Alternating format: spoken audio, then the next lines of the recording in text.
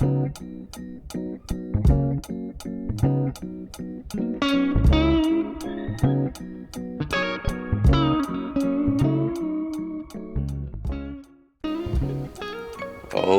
boy. Found me a good one. Sonoma Democrat, 20th of February, 1869. People, we know that's a good year for these articles. We know this. If you've been watching, I just hit the mic, I'm sorry. Or you've been watching the Archivist, you know, 1869, we lit. I'm 33. I'm about to be 34. I don't need to be saying that. Okay. Important to naturalists. It is generally known in this country and in scientific circles in Europe that the gigantic undertaking of bridging the Mississippi at this point has been already begun, and that for more than a year, when the state of the river would permit, the sound of the ponderous machinery has ceased, not day or night, but the work of excavation has been going on until the solid rock has been reached for the foundation of the piers on the western shore. Just wait. One of the piers is already above low water mark, a triumph of mechanical skill, the blocks of stone of which it is built are as huge as those of the pyramids, and yet by the application of original principles of mechanical and engineering skill, these gigantic blocks are moved as easily as the common foundation stones of our dwellings. The outer part is not yet begun, the excavation therefore not being quite completed. At this point the wonders begin, the end of which is not yet. What affects the discovery of this tunnel under the river may have upon the location of the bridge.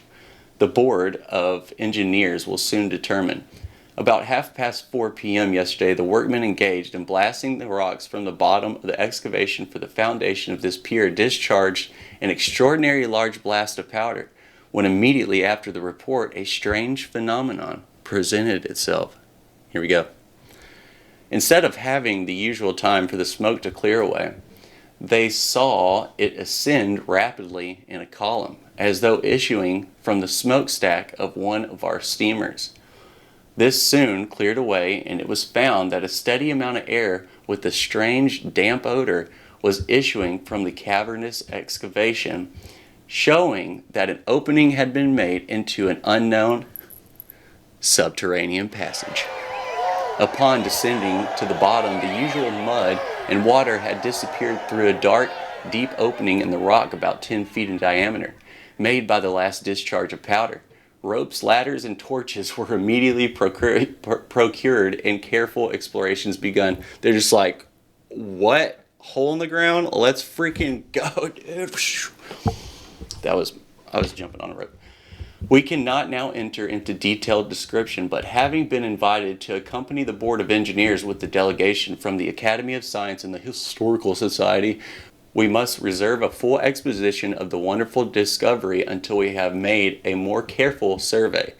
Suffice for the present, it is certain that it passes entirely under the river to the Illinois shore, and whether it is wholly the work of some ancient race who once inhabited this land, whose interesting remains are strewn so thickly up and down this great valley, or whether it is partly natural and partly artificial, remains to be seen.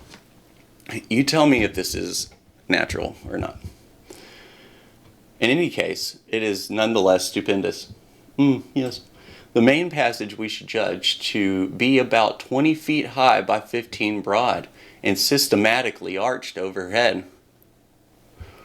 Part of the way by cutting through solid rock, and part by substantial masonry.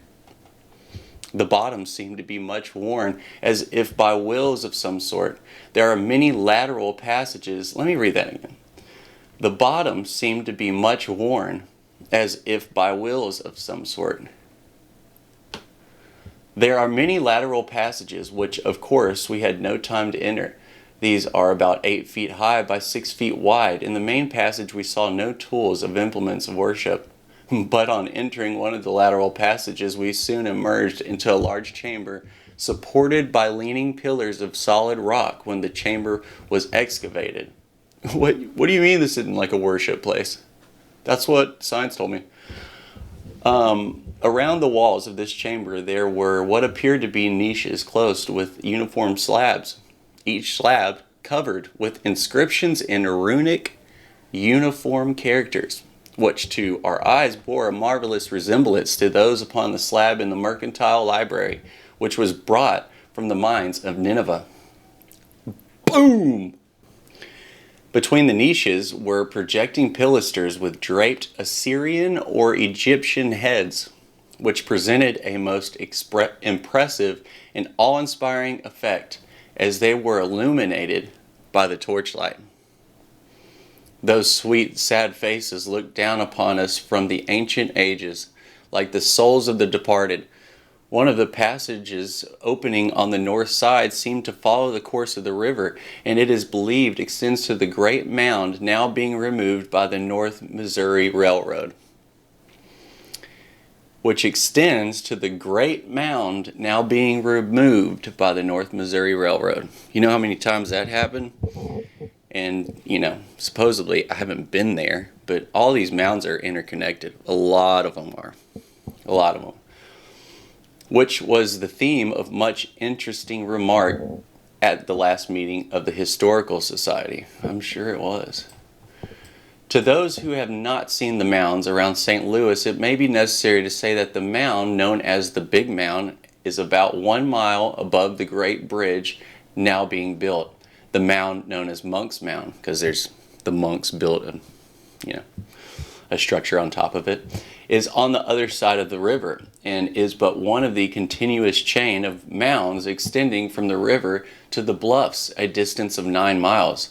It is conjectured that the tunnel under the river and the mounds are intimately connected, and that there was in ancient times an opening through the mounds from the subterranean highway. If you remember, if you've watched, I read an article about San Antonio's subterranean passages and how all the missions just so happen to be interconnected by a subterranean passage. And guess who it was for and built it? The friars. And guess who dug the holes? The Indians did for them. They were like, yeah, bro, like y'all came in here, y'all were kind of cool, then y'all weren't, but we'll dig this for you. Of course, every scientific man is in a perfect fever of excitement at these grand discoveries, which seem to so full of promise to archaeological and ethnological inquiries after truth. It will be remembered by our citizens that some few months since an examination of Monk's Mound was made under the auspices of some Eastern scientific society, and during the excavations there were frequent exhalations of disagreeable gases and odors. Yet we will not speculate, but wait in almost breathless suspense for future developments. As we return from our hasty examination, passing through its pilaster hall above described, we observed a descending opening about 7 feet high by 3 feet wide. Following this in its windings about 50 yards, we came to a flight of 41 steps ascending, which we found ourselves in another chamber of wonders, oval in shape, about 7 feet long, 20 feet high, and 3 feet wide. This is very common, finding stone steps into these subterranean passages. The walls of this last chamber were sculptured in magnificent bas relief in runic inscriptions. Professor Baccio, the learned Sanskrit of the university, who was with us, has taken upon himself the task of translating the inscriptions, of the meaning of ohms of the words in colossal sculptures. He also speaks very confidently. One of the magnificent groups, he is certain, is intended to rep Ahasuerus crowning Queen Esther. I probably said those wrong. It's biblical. And another group of colossal figures representing captives following the car of a victorious conqueror are portraits of Luke in Deuteronomy and the friend going into captivity. This remarkable discovery, following so quickly the one on Rock Island, will awaken the interest throughout the world. It is very desirable that the savans into whose hands the rich treasures of Rock Island discovery has fallen will send representatives here, so that we may compare notes, for it is possible that both these wonders and those discovered here were the works of the same ancient people, and probably in San Antonio, and probably the ones in California. Folks, you don't need this 1869 newspaper to tell you that there was an advanced civilization that once lived in the Americas. Not long ago. Couple thousand, maybe hundreds. I don't know. I don't know any of these answers. But go dig.